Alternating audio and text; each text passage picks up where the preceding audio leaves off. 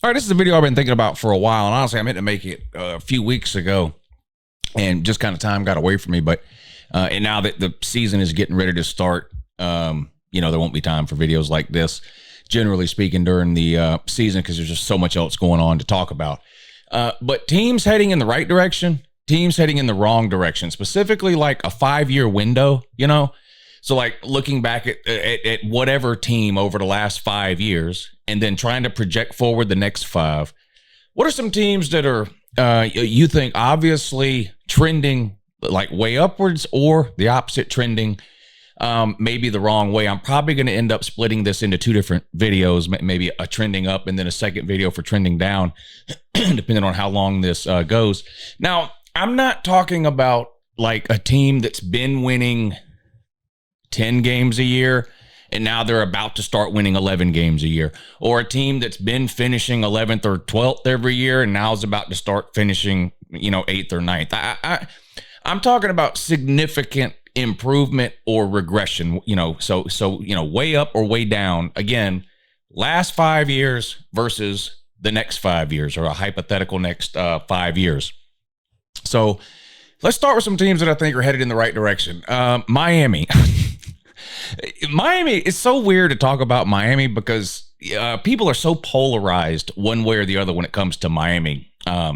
Miami fans don't get very many things right, but one of the things they do get right is that everybody loves to talk about Miami. They either love them or they hate them. A lot of people will say, "Oh, everybody hates my team," and they're full of it. No one even cares about their team one way or the other.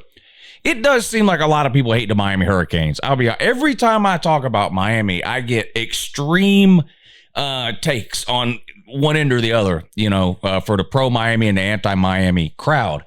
Never mind this perception that's out there, which is a false and fake news perception that everybody hypes up Miami every single year. I don't know why you do that. I picked Miami to go 7-5 last year. It's on video. Go look at it. What'd they go? 6-6 or 7-5? They won about 7 games, 8-4 maybe. I don't remember exactly. Actually, I can tell you 7-6. Yeah, they went 7-5. So I got it. I was dead on. With 7-5.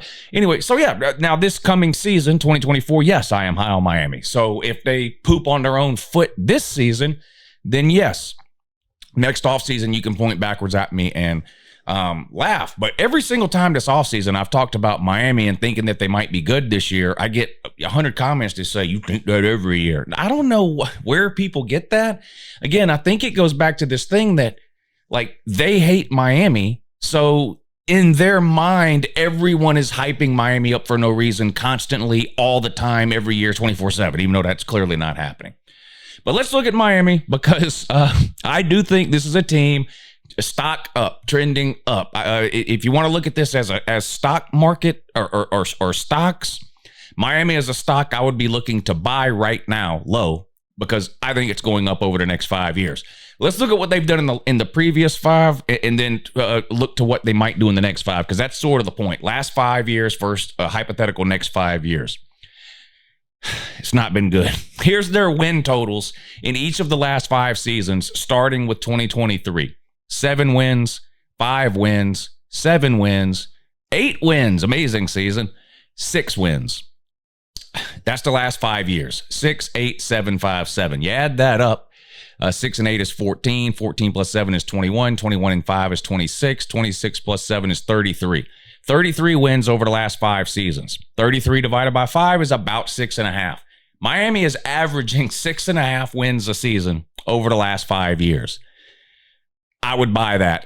That's headed the other direction, I think. I think Miami is going to be much closer to 10 wins a season over the next 5 years than 6 wins a season, which is what they've averaged the previous 5.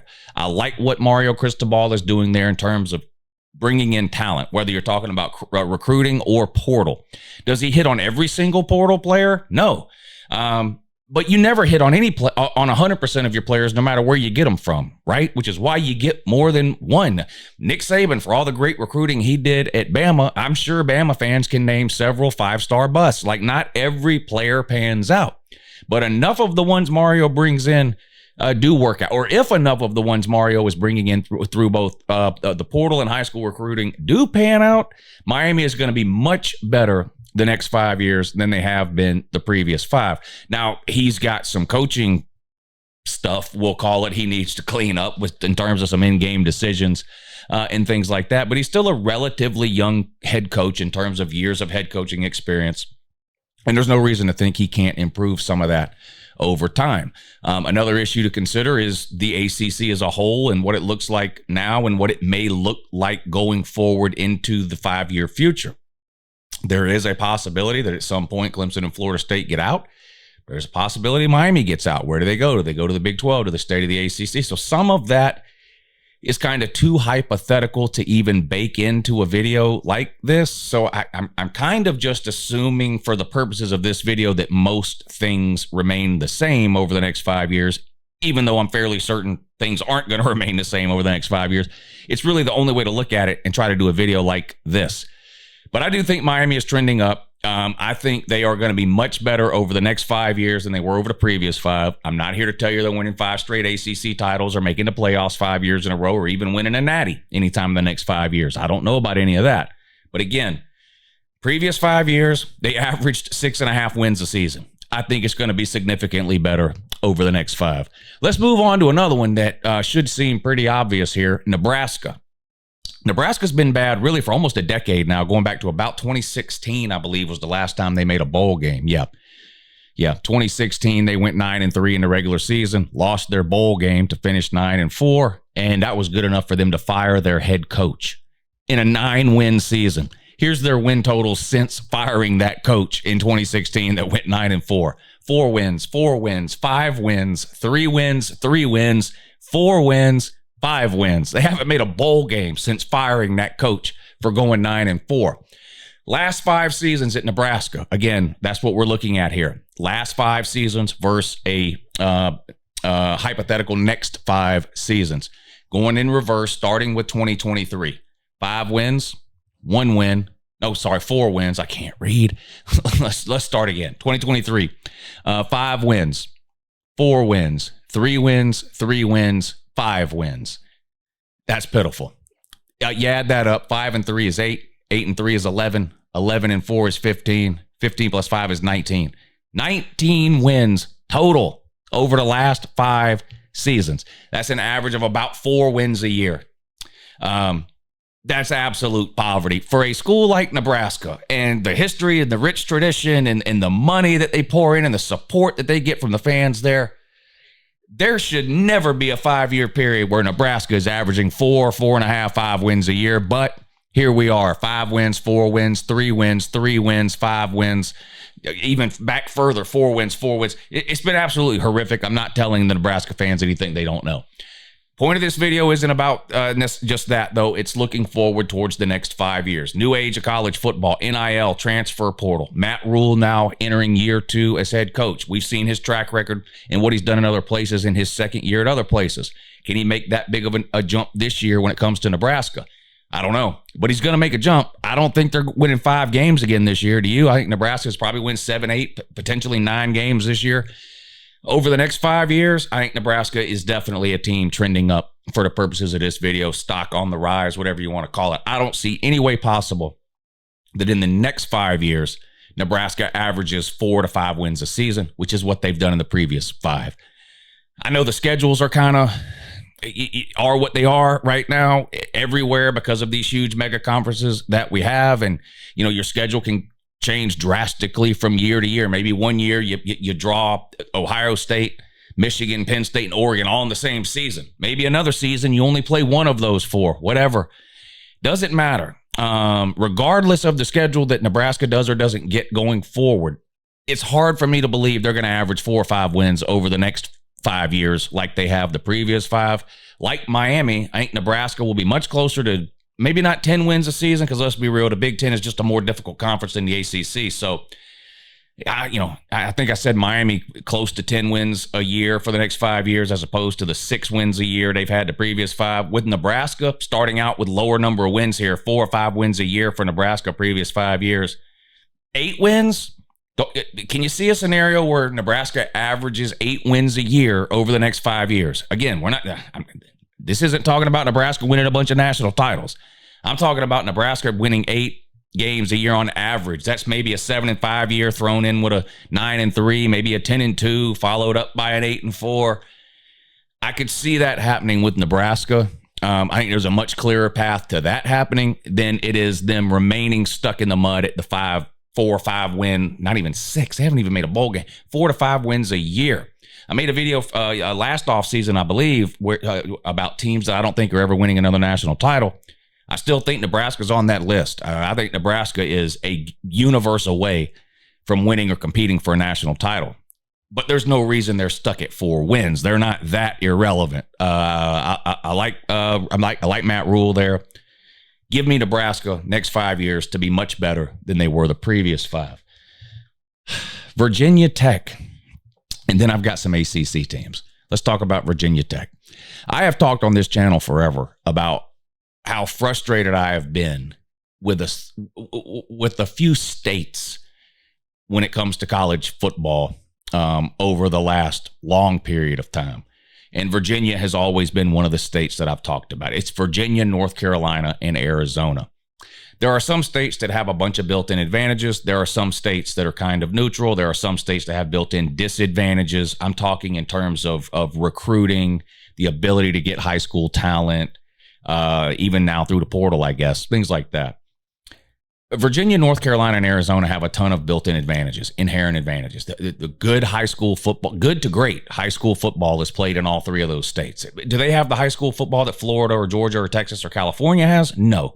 I mean, those are the 4 best states, period. That's not changing anytime soon. But there's a lot of really good athletes in the state of Virginia, North Carolina, and Arizona. We see 4- and 5-star players come out of those states every single cycle. The in-state schools aren't landing enough of those kids, and if they do get them, they're not working out. You think about North Carolina kind of squandering Drake May and what he could have potentially done there. But particularly about Virginia Tech, though, you look at the state of Virginia, you bang your head against the wall. How is it possible that Virginia and Virginia Tech have been this bad for this long?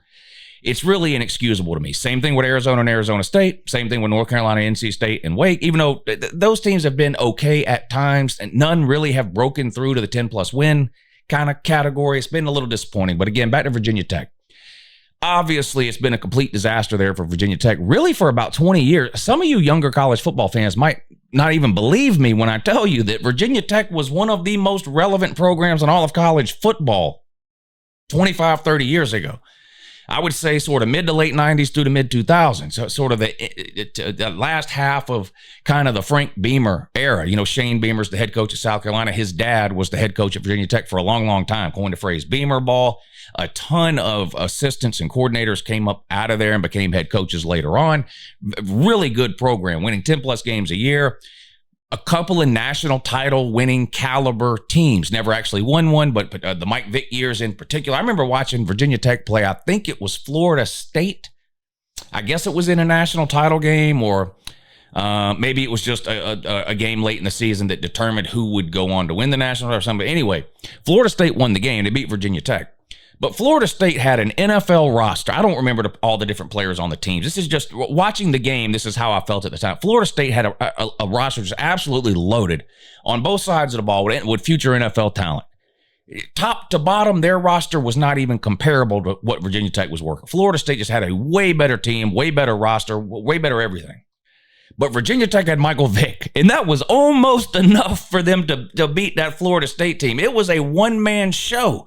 Now, he came up a little short. But anyway, the point is Virginia Tech was a very relevant, watchable, popular team that competed year in and year out for a while within the top 10 of college football.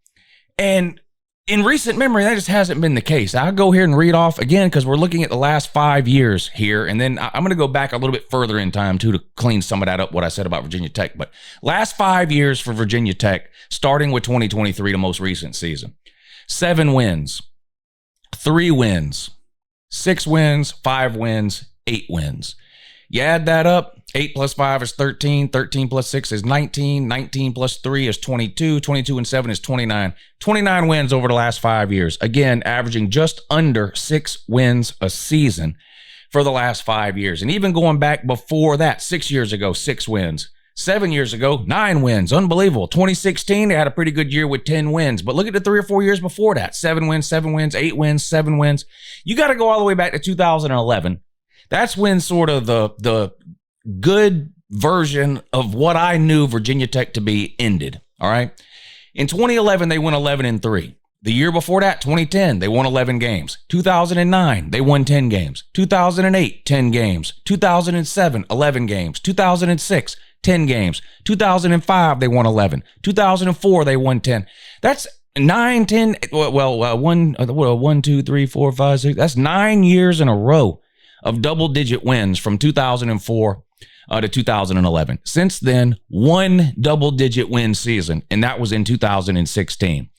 I was not a buyer on this coach, Brent Pry, after his first 2 years. Now, he inherited a really bad situation. He basically inherited a team that had not that much talent and was hovering just below 500 in terms of wins and losses for the previous seasons. He comes in the first year, he goes 3-8. You say, okay, kind of expecting a little bit more, but first-time head coach, bad situation. Okay, maybe we give him the benefit of the doubt, wait for year 2. Year 2, 7-6. Now, that was last year. Not great. It was not great. If you just look at that record and say 7-6, say, well, that's not great. The last half of the season, they made a quarterback change to Kyron Jones in there, and they won almost all their games in the second half of the season as opposed to losing them all in the first half of the season. And that's where we enter this season with all of these expectations. And there are a lot of expectations for Virginia Tech. Talked about scheduling with Nebraska. Same thing applies here to Virginia Tech. You look at Virginia Tech's schedule this year, they avoid most of the top 16. I think they play 2 of the top 6 teams within the ACC in terms of odds this season. They do have a Friday night game on the road at Miami, and one other game too that they'll be an underdog in. But it's very possible for Virginia Tech to win 8+ games this season, but potentially 9, even 10 games. 10-2 actually, I think, is where I have Virginia Tech this season. Now, I don't think. If they go 10-2, I don't think they're as good as their record would indicate. Their schedule is, they did get a break when it comes to scheduling. But again, point of this video, last 5 years, looking forward to the next 5. So again, last 5 seasons, 7 wins, 3 wins, 6 wins, 5 wins, 8 wins. That's 29 wins. Divide that by 5. It's just under 6 wins a season, okay? I think they can get closer to 9+ wins a season over the next 5 years than they did the previous 5. Now, I'm putting a lot of faith in my state of Virginia philosophy here that if they can ever get a coach in there that knows what he's doing, knows how to recruit, knows how to sell Virginia Tech as a program, sort of has a game plan, sticks to it, and executes it. I've been a believer for a long time that somebody at Virginia Tech can be successful. Will that be Brent Pry? I guess it guess it depends on what you think the definition of success is. For me at Virginia Tech, consistently making bowl games, being closer to 10 wins than 6 wins for a few seasons in a row. I'm going to buy Virginia Tech in this video here. I think stock up, trending in the right direction. I think Virginia Tech is much more likely to be significantly better over the next 5 years than they were the last 5 years. All right, now there's 3 SEC teams I want to talk about here, and I'm curious you guys' thoughts on all of these teams I'm talking about, and teams that maybe I don't talk about. These aren't the only teams I think are heading in the right direction, or the only teams that I think could be better the next 5 years than the previous 5. These are just 5 or 6 that sort of popped into my head when I sat down to make this list. But we're going to talk about 3 SEC teams now. And let's start with what I think is probably the most obvious one, and that is Tennessee.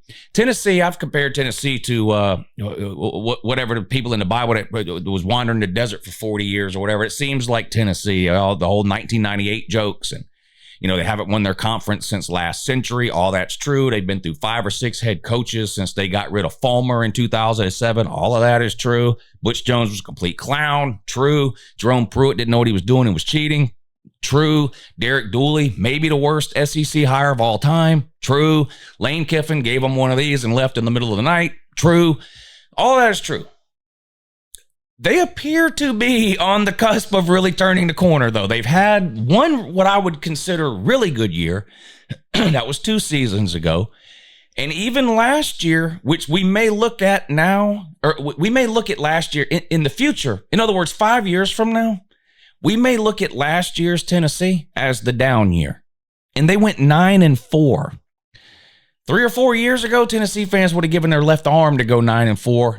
we appear to be at a point now where it may be considered a down year. We'll see how they do this year with first-year starter Nico at QB and probably the best defense that Heupel's ever had up on Rocky Top. But let's look at their win total the last 5 years. And again, realizing that the last 2 have been pretty good, and 2 years ago was really good.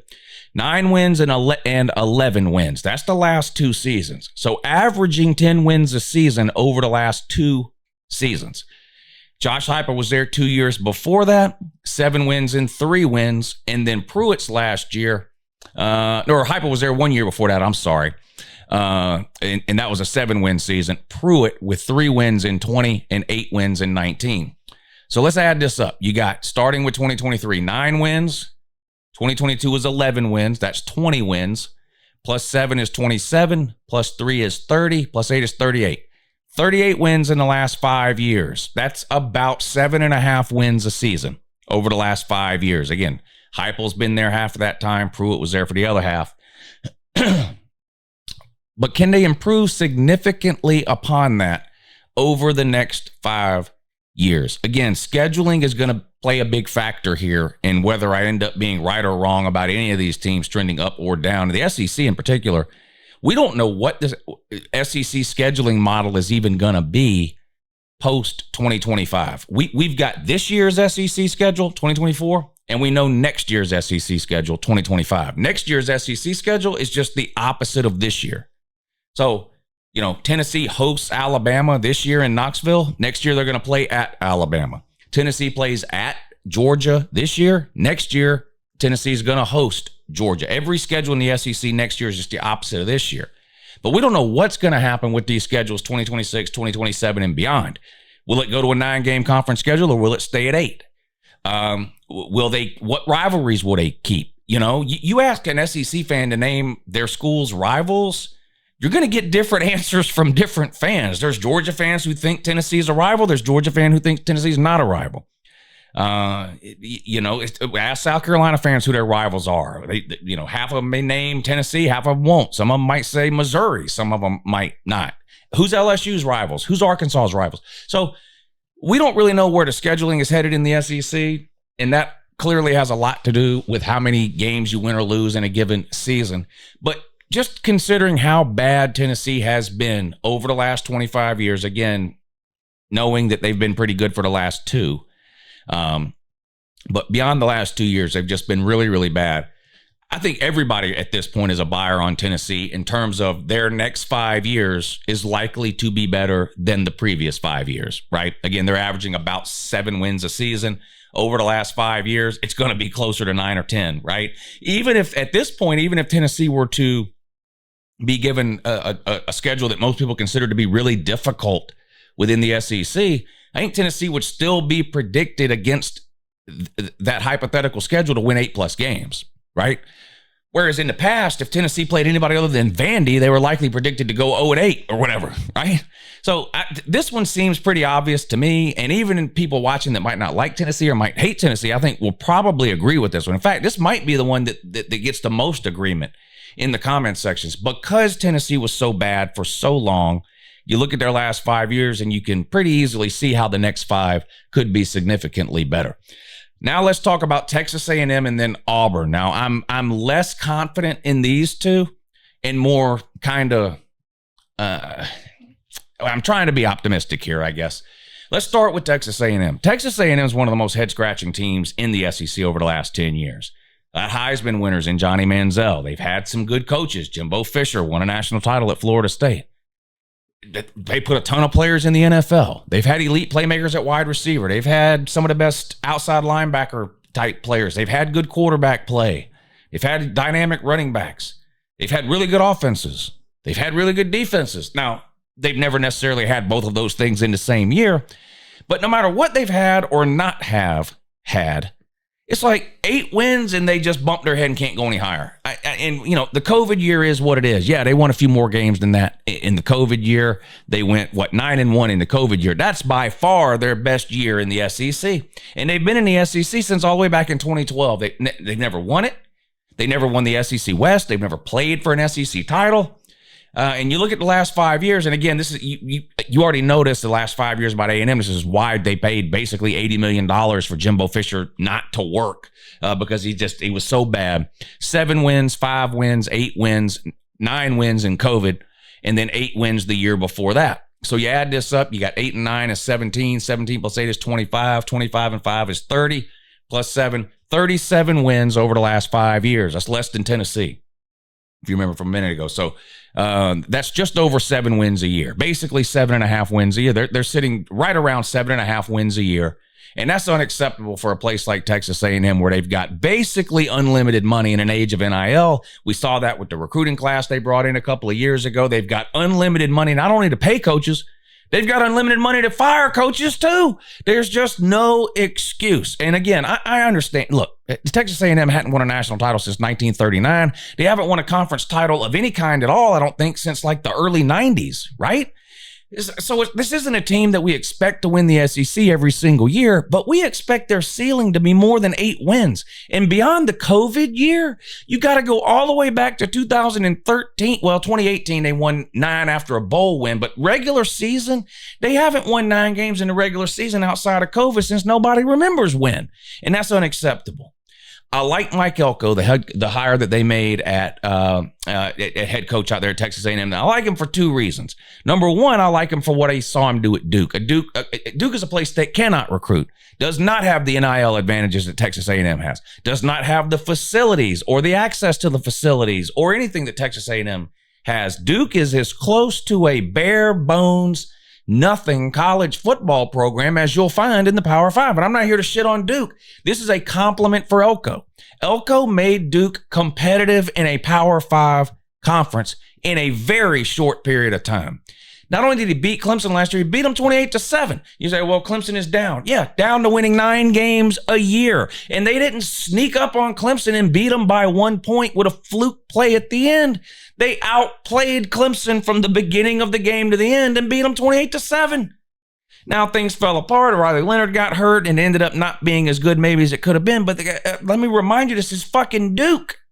Okay, so that's number one why I like Mike Elko. The same reason I still like James Franklin.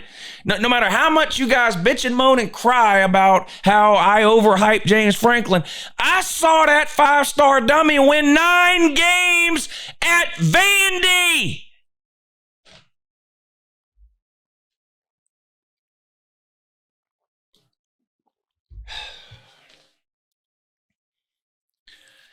The second reason I like Mike Elko at Texas A&M is because Texas A&M is a place that is often referred to as a cult, or its followers are a cult, or they have cult behavior, or they're weird, and they do a lot of weird shit. And Texas A&M is kind of different from any other college football program, and a lot of that stuff is true, right?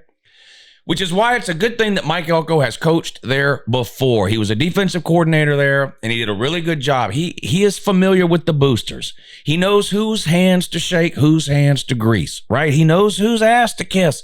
People don't like to think that that's a real thing or whatever.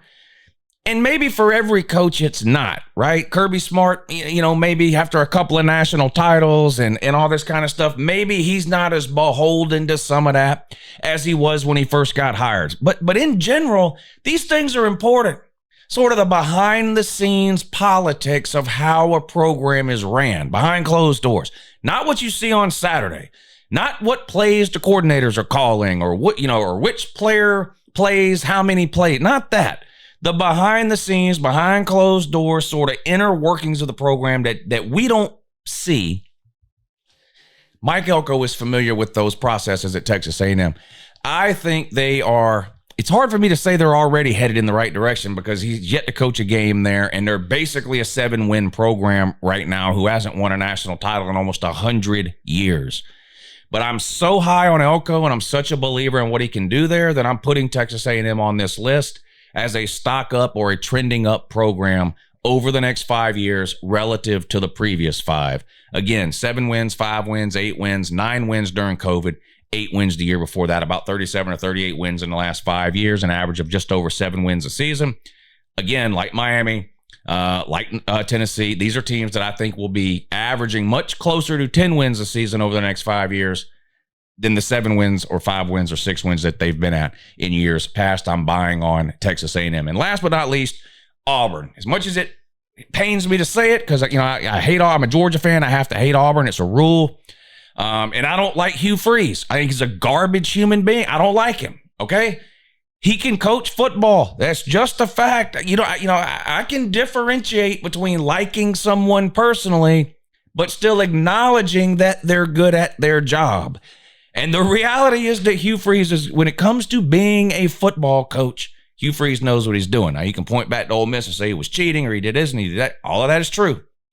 All of that is true. He's still a good football coach. He's a good football coach today at Auburn, who inherited a bad situation.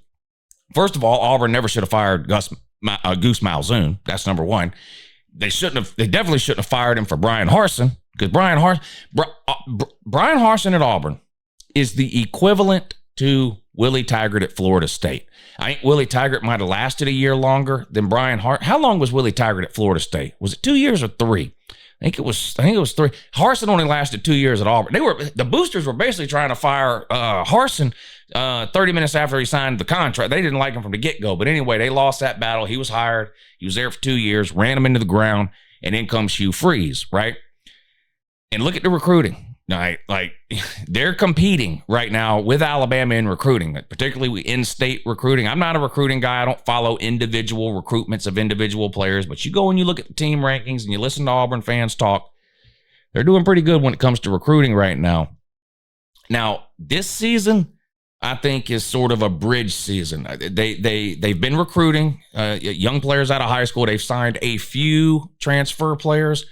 I really feel like they're holding off on the transfer portal for maybe another year, maybe 2. For example, there's really no reason they shouldn't have gone out and got a quarterback this year through the portal. Peyton Thorne is not a Hugh Freeze QB, and that's the thing. As high as I am on Hugh Freeze in terms of his ability to be a football coach, he runs a style of offense where the quarterback is extremely important, and they don't have the quarterback that Hugh Freeze needs. And for whatever reason, they didn't go in from the portal. So that kind of tells me that as a staff, they know that really no matter what, they're not getting where they want to go this season. This is more of a second building block for them, if you want to look at last year as sort of the first building block towards what they could potentially be in year 3, 4, 5, and so on down the road. I do expect them to shoot their load when it comes to the transfer portal this coming offseason. I don't think they're going to wait another cycle. I think you're going to see Auburn make big moves in the transfer portal heading into next season. The high school recruiting I've already talked about. And again, they've just been so bad over the last 5 years compared to what we've come accustomed to seeing Auburn be. Talking about Cam Newton, and even in 2017 when they won the SEC West. But the last 5 years, they're basically Missouri before Missouri had the pop year. Missouri's been a 500 team under Drinkwitz every year he's been there, until last year they had one out of the blue season. But anyway, here's Auburn's win totals for the last 5 years, starting with 2023. 6 wins, 5 wins, 6 wins, 6 wins, 9 wins in 2019. So they had one decent year there. So 9 plus 6 is 15, 15 plus 6 is 21, 21 plus 5 is 26, 26 plus 6 is 32. 32 wins over the last 6 weeks, last 5 seasons. 32 over the last 5. Way less than Texas A&M even. They've been worse than Texas A&M over the last 5 years. Worse than Tennessee over the last 5 years. That's right over 6 wins a season. Barely bowl eligible for Auburn over the last 5 years. So for all the reasons I just talked about with Hugh Freeze, again, admitting that we don't really know what the schedules are going to look like going forward in the SEC beyond the 2025 season. And really, no matter what happens with the schedules, we know a couple of things. Auburn's still going to play Alabama every year. It's one of the premier rivalries in all of college football. I think Georgia and Auburn are going to continue to play. It's probably it's up there in terms of, if you want to rank SEC rivals, the Georgia-Auburn rivalry is up there. So I don't think those 2 games are going anywhere. So they're still going to have those 2 games every year, those 2 hurdles to get over every single year. But when Auburn has been good, they have been able to beat the Georgias and the Bamas. You go back to 2017, they beat Georgia and Bama both in a 3-week period. They beat Georgia in like the second week in November and then beat Alabama 2 weeks later to win the West. So we've seen them do it when they're good. It's not that they can't do it. It's that they haven't been doing it, right? And I'm not saying they will do it over the next 5 years, But I am saying they're not winning 5 games a year over the next 5 years with Hugh Freeze. I just don't think that's going to happen. Rank the coaches in the SEC and tell me where you put Hugh Freeze. I mean, what coaches in the SEC are clearly and obviously right now today better than Hugh Freeze? Kirby, Kalen DeBoer, Brian Kelly. I guess would you put Josh Heupel? Josh Heupel and Hugh Freeze have the same accomplishments. They have the same accomplishments. Hugh Freeze has wins against Bama in the regular season that didn't amount to shit. So does Heupel. Wherever you think Heupel is, that's about where Hugh Freeze is, honestly. So the point is, you got 16 teams in the SEC. Where Freeze is in the top half of that. I think Auburn trending up. Auburn stock up over the next 5 years. So there you go. Miami, Nebraska, Tennessee, Texas A&M, Auburn, and Virginia Tech. I think those 5 teams are going to do better the next 5 years than they've done the previous 5 years. Tell me where I'm wrong and tell me what other teams you would have on this list. Have a good morning.